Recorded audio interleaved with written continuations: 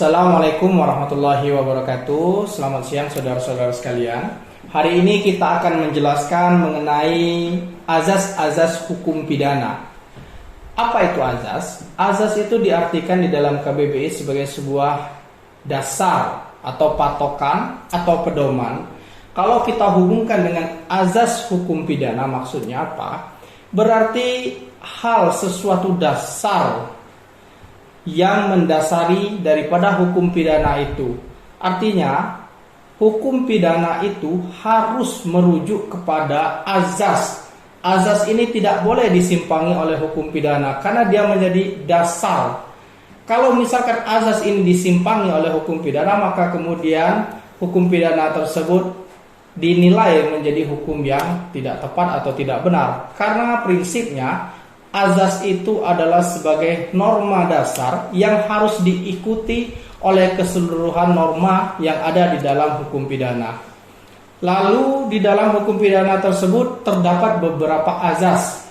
Di antaranya adalah azas legalitas, lalu kemudian azas teritorial, lalu kemudian azas nasionalitas aktif, ada juga azas nasionalitas pasif, lalu kemudian ada azas universalitas. Azas legalitas terdapat di dalam pasal 1 KUHP.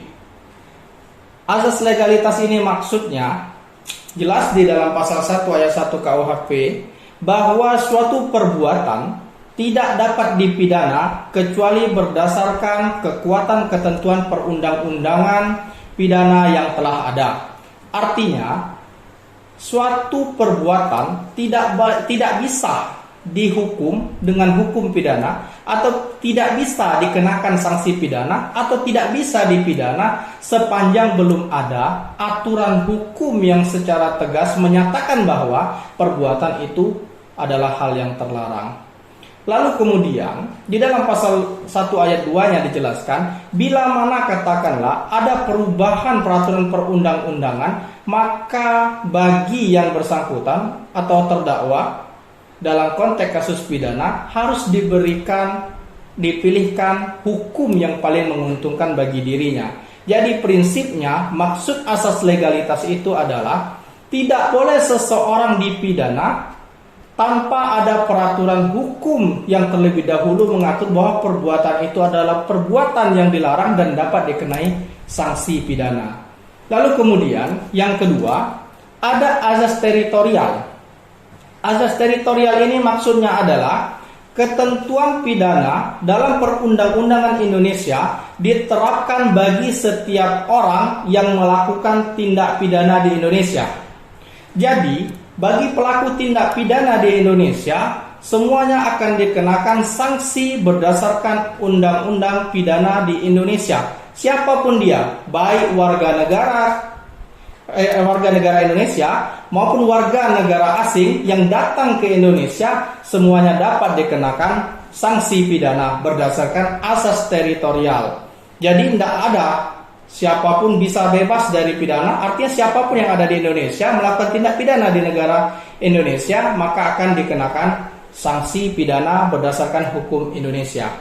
Lalu kemudian yang ketiga yaitu azas nasionalitas aktif atau sering juga disebut azas personalitas.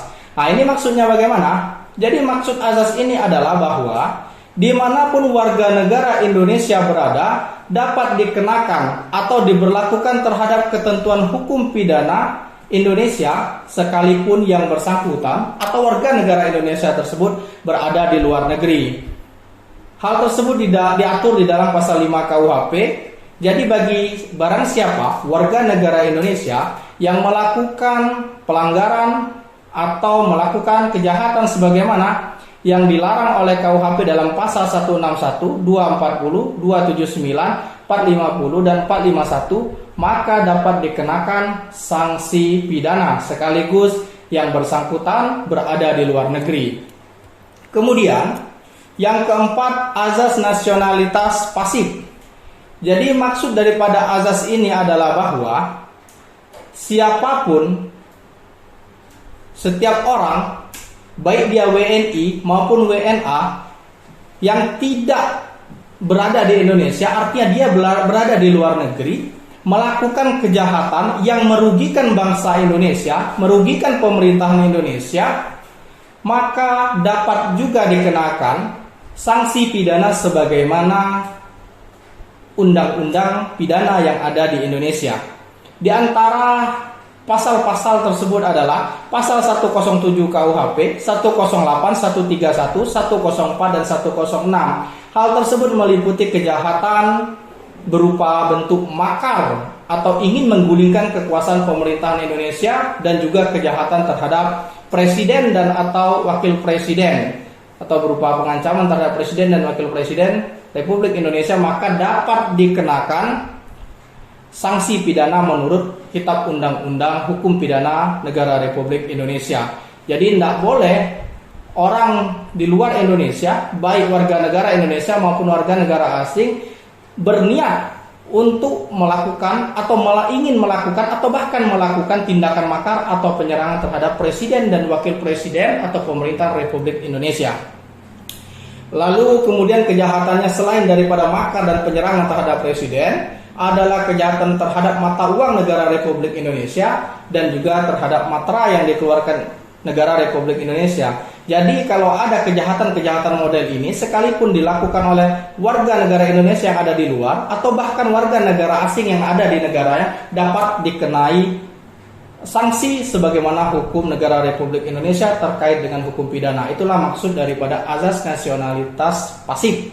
Lalu kemudian yang kelima, azas universalisme. Maksud dari azas ini adalah bahwa kejahatan menurut pandangan seluruh dunia atau seluruh negara dunia itu adalah sebuah kejahatan. Biasanya kejahatan yang dimaksud menurut azas universalisme ini adalah contohnya kejahatan terorisme.